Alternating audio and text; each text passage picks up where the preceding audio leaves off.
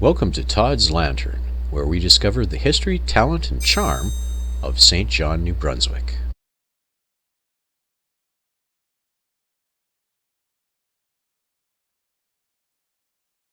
All right, going to another walk and talk, but this is a walk about the Orange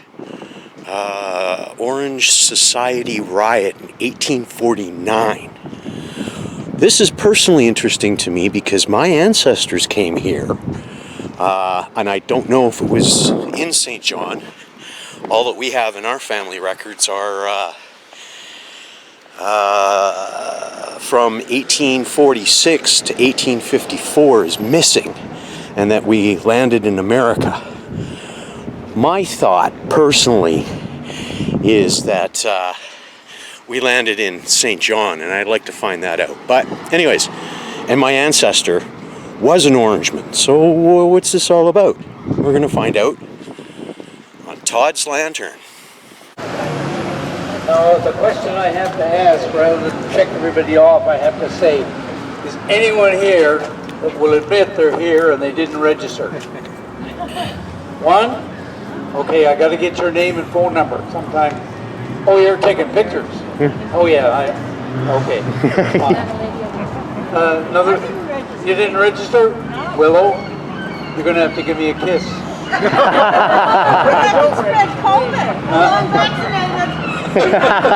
me not to register next week. I will add.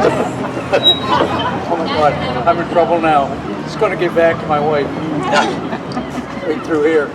Anyway. You won't know what happens here doesn't go. Oh, is that right? Oh, good. Okay, well, I want to introduce Greg Marquis.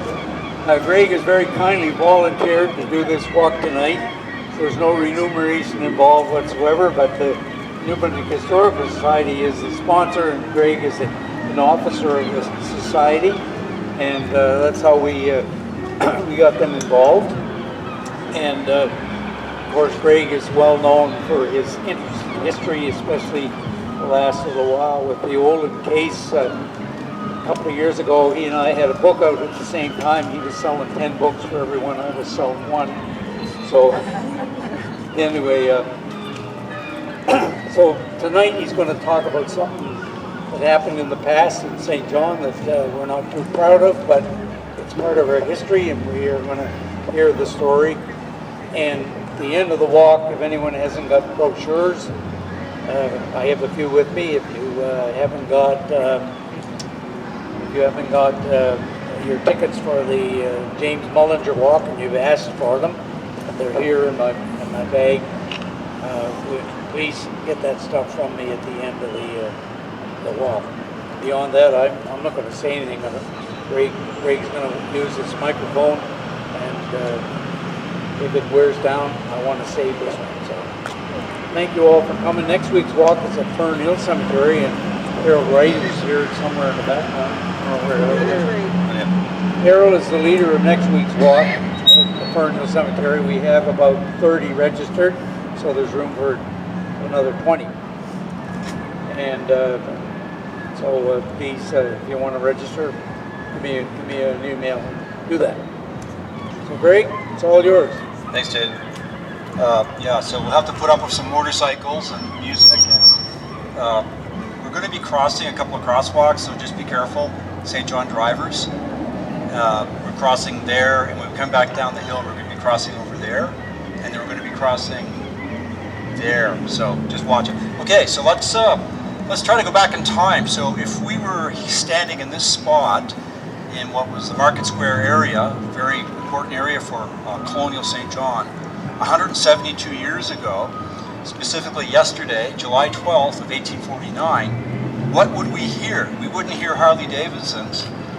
We would hear, coming from up what is now St. Patrick's Street, several hundred Irish Catholic immigrant men, women, and children chanting, "Stay off our ground, stay off our ground."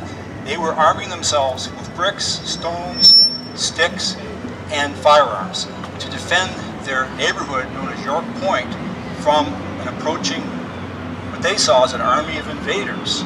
So who were these invaders? And by the way, the invaders chant that day was death or victory.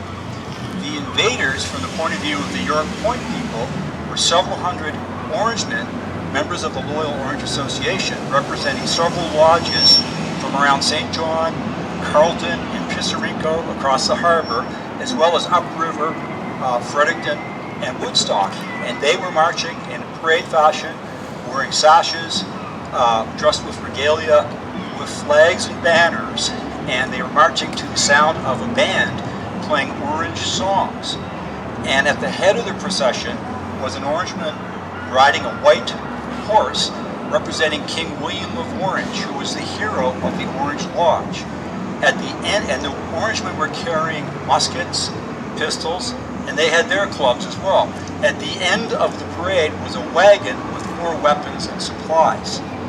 Once the Orange Parade hit the bridge over the old mill pond that separated St. John from the old town of Portland, all hell broke loose, to use the cliche.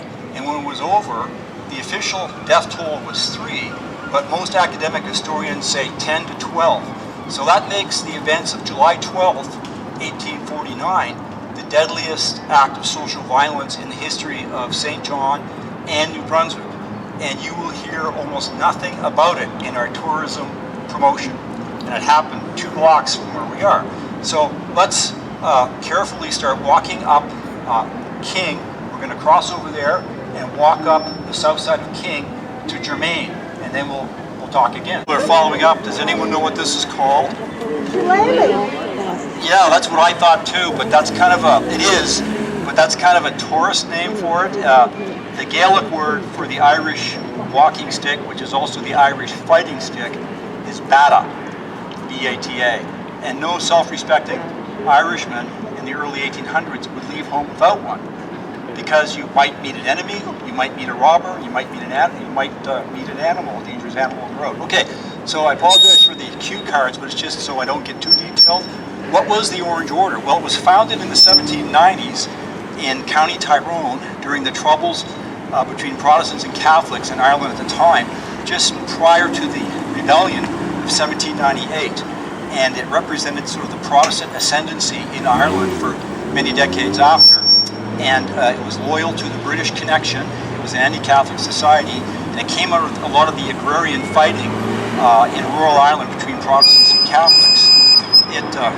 Its hero was King William of Orange, who was the King of Holland. You might remember from high school history, and Mr. Smith, my high school history teacher, is here with us tonight.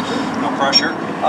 King William of Orange was asked, because he was Protestant and the daughter-in-law of the Catholic king of England at the time, the House of Stuart, to come over and liberate England from the Catholics.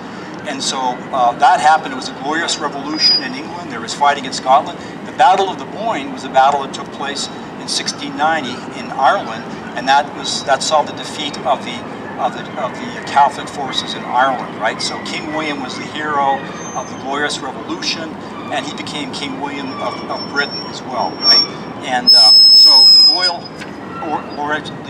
Orange Association then spreads to Scotland and England. What's really interesting, at first the authorities weren't really in favor of it. They didn't know what to make of it, but it sort of spread and became a really powerful force in Ireland throughout the 19th century, particularly in the north where there were more Protestants living. So Orange lodges were like Masonic lodges, and they did a lot more than simply, sit around and talk about Catholics. They had mutual aid, insurance, benefit societies, and things like that. So now we're going to walk up to Union Club in Gorman Nason building. We'll stop right there on Germain, okay?